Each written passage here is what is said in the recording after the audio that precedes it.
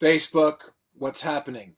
It's 5:23 on Thursday evening on the West Coast. You were promised a Q&A. A Q&A is what you are going to get.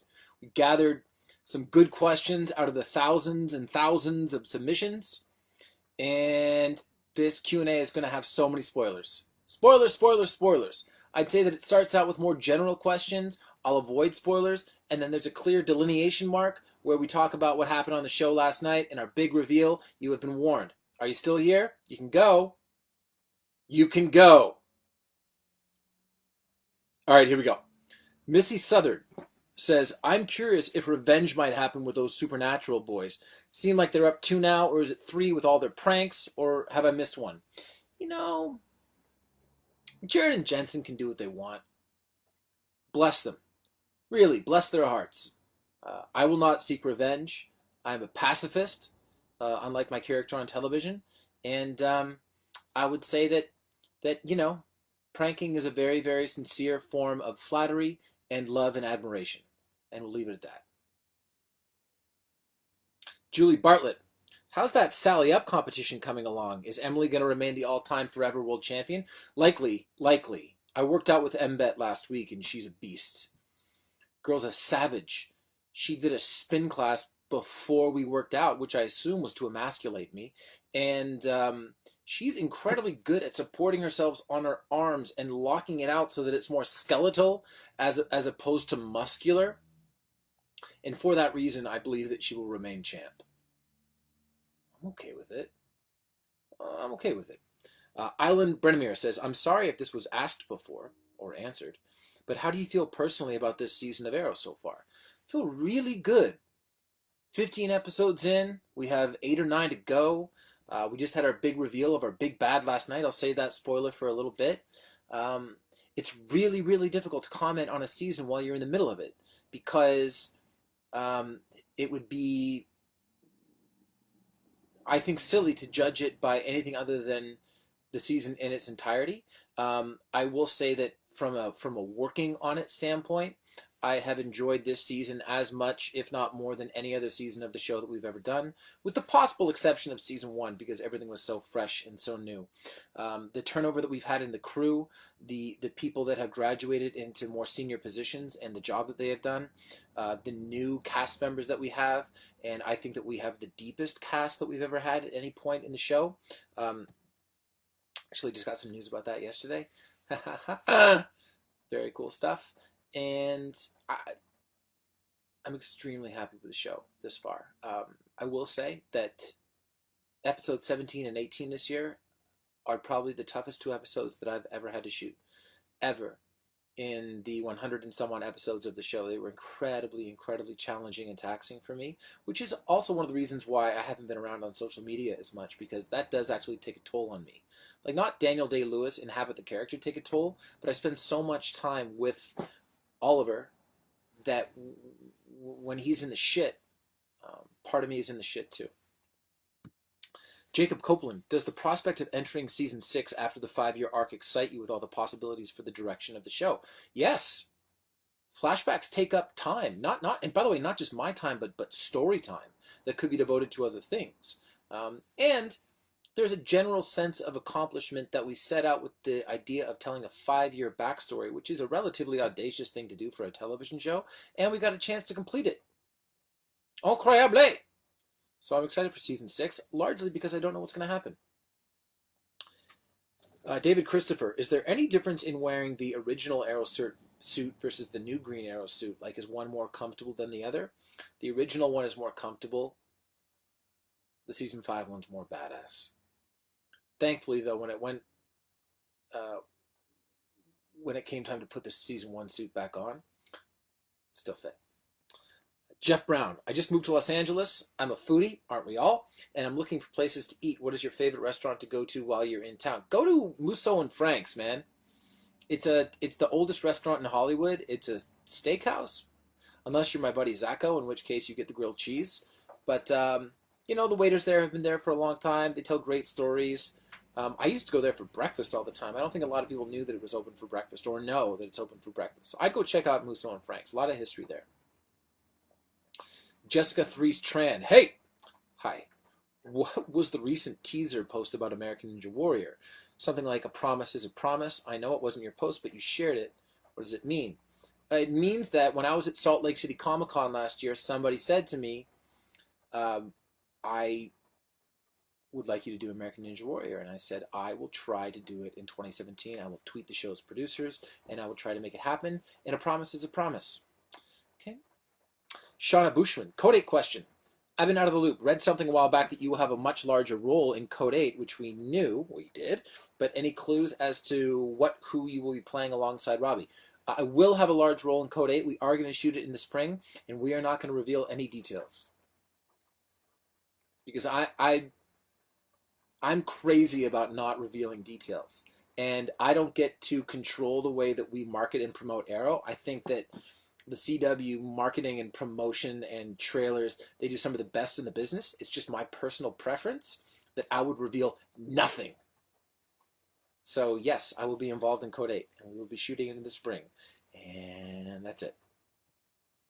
Jerry Hitchcock, I would like to know if Oliver is going to see his son anytime soon. He basically ruined his relationship with Felicity, true, to have a relationship with his son, kind of, but he hasn't seen him yet. Will this ever happen? We reference my son William in our next episode. So there. Kate, doing a pretty good job of hiding your hair with hats, but we can still see how long your hair is. Are we going to find out why soon? I'm just trying to make it so that the sideburns that I grow here meet up with my facial hair. Actually, no, there's no reason. Well, there might be a little bit of a reason. And it has to do with the character arc that Oliver is going through. Another thing you may have noticed, bags under the eyes. Like darkness under the eyes in the past several episodes. Not an accident. We have a plan on the show. Laura Hayden says, it's highly unlikely I'll be able to get to the States or Canada. So seeing as you're in a better financial state than I, okay, would you like to come to England for a brew and a chat? Are you really from England? Because wouldn't it be a pint? Like a pint and a chat? I'm going to be in the UK in late May, and we're going to have Heroes and Villains Fan Fest there. That show is sold out, which is crazy. And tomorrow we are putting tickets on sale for a Knocking Point wine mixer, where I also assume there will be pints. And we fully intend and expect that to be the biggest party in the history of Knocking Point. So, got my questions here. So, yeah, I mean, Laura, if you're assuming that you're a perfectly normal, sane, rational individual, then yeah, let's do it, okay? We'll stay in touch. All right, now we are going to shift more towards questions from last night. All right, spoilers are coming. Here we go. Jennifer Booker says, why did Oliver ask Felicity to help him with Susan Williams without thinking about how she would feel about it? He didn't think about her feelings. Why? So that's one question from the thread, but the thread was really populated with a generally thematic question, which is a lot of people find Oliver unlikable this year, which is totally fine. But one of the main reasons is that Oliver sided with Susan over Thea and Felicity, and a lot of people seem to think that this is something that has done almost like irreparable damage to his character, to which I have two responses. The first is, really? That was the straw that broke the camel's back? In season 1, Oliver was a murderer who killed dozens of people and then led his best friend down a dark path right into his untimely death. So that was pretty bad. In season 2, Slade murdered his mother, and Oliver's go-to move on the B-side of it, after being powerless to stop it, was to ostensibly commit suicide by giving himself up to Slade. Gugh. In season 3, he turns his back on the team. I mean, there was a long-range plan, but he definitely did kidnap Diggle's wife, the mother of his child, put his kid in real danger, and actually put his wife in real danger, too. So that was unfortunate. In season 4, Oliver and Felicity built a relationship built on one thing and one thing exclusively. I mean, love and fun and bedroom antics, but primarily trust. And then he lied to her aggressively. And then he lied to her again by omission. And she walked out on him like she should have. And he asked her to stay, and she said no, and he knew that he deserved it. So I would say that that was bad too. And I think that those are 4 examples that I just came up with off the top of my head from 4 seasons. I could probably come up with 20 more. So I don't totally see how this would be the thing that made Oliver completely unlikable, but maybe that brings me to the second thing.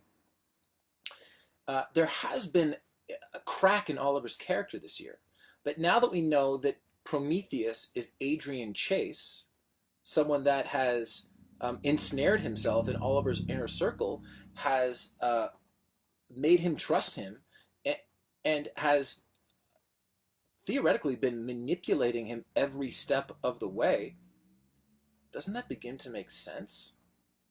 It does to me. I mean, I know more about where we're going, but even if I just knew what I knew through episode 15, it would still make sense to me. One last thing.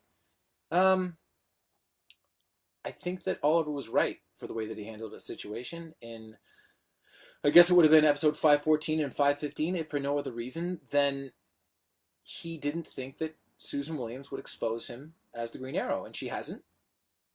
And he thought that Thea and Felicity went too far.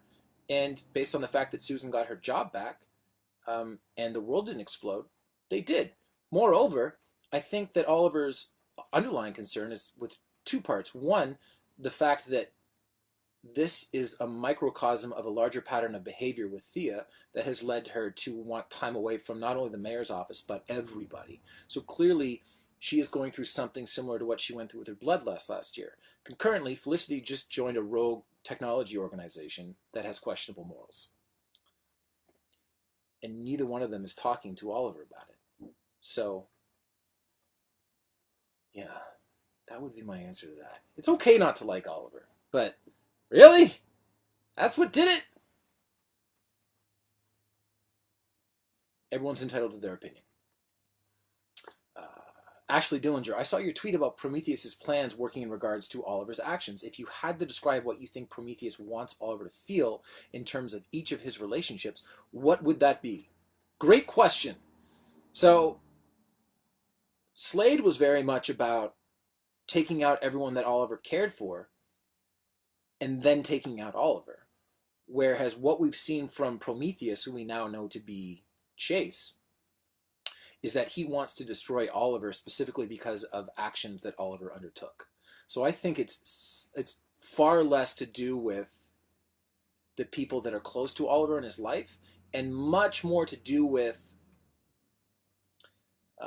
helping Oliver see a part of himself that Chase is convinced is there, and maybe he's right. But it's definitely taken an effect on Oliver this year, which has been a real joy and excitement to play for me. Catherine Wright says, how has it been wearing a suit to work more regularly this season that's not made of leather? And have you discussed this with Cody Rhodes? I mean, I've enjoyed the mayoral outfit, and I credit Cody Rhodes with the fact that when I booked Arrow and my time went away, I stopped being any sort of fashionista, not that I was before. I've always kind of been a jeans and t-shirt guy, but I had nothing north of jeans and t-shirt. So according to Cody Rhodes, and I believe in this now, and I've actually started to utilize it, when in doubt, just go with a suit and tie. Okay. Joan Vasquez Gutierrez you mentioned on Twitter you knew the identity of Prometheus since June. What else did you know since then? Come on! Can't say that. Ray Littlefield, never imagined Adrian being Prometheus, mostly because I thought for sure he was Vigilante. My question is, who is Vigilante then? Is he also going to be someone we least expect? Maybe. How do you know it's a he? I mean, it would be a very tall woman, but that's okay. Jenny George, I thought there was more to the DA than meets the eye, and now we know. Really enjoying your scenes with Josh Segarra. Can't wait to see more with him both as Chase and Prometheus. Can you tease anything about him and Oliver in the upcoming episodes? It is coming to a head. If you've seen the promo for next week's episode, you know that Oliver finds out almost immediately that Chase is Prometheus. What I really like is that Chase is put himself in a position where he doesn't have to extricate himself from his day-to-day work. He can stay on as the district attorney because he has thought so far ahead of Oliver this year. I mean, if you're planning something, but the other person doesn't know you're planning it, it doesn't make the person who's the victim of the scheme stupid. It means they're in the dark. And Adrian has put Oliver in checkmate, which is why, conveniently, the title of our next episode is Checkmate. And now that I can talk about it, I really have to lend a hand to Josh Segarra, who's been absolutely phenomenal this year, not only as a co-worker, but as a friend and a fellow wrestling fan. He's a really good dude, and he's really knocked it out of the park. And his ability to play Chase before we knew what we know, and his ability to just unleash the evil with this character post 515 has been really, really stunning to watch. He's been incroyable. That's it. Last thing before we go. Thank you. I know I was away for a little bit, so I would like to thank you again. We are hurtling through our 5th season. We are back in the teens, like 111 or 12 or something. I actually should know the number. And it's all because of you. I would say that I've noticed clashing factions of the fan base, not so much more this year than last year,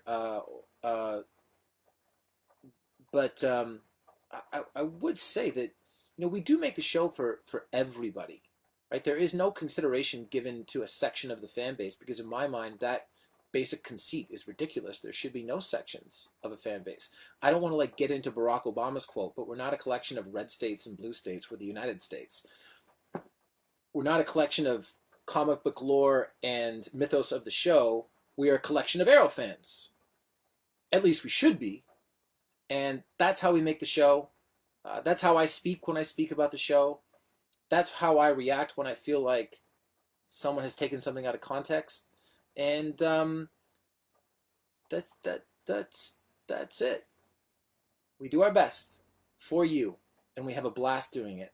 So if you're going to engage in the fandom of the show, I would encourage you to do it with a modicum of levity and positivity, and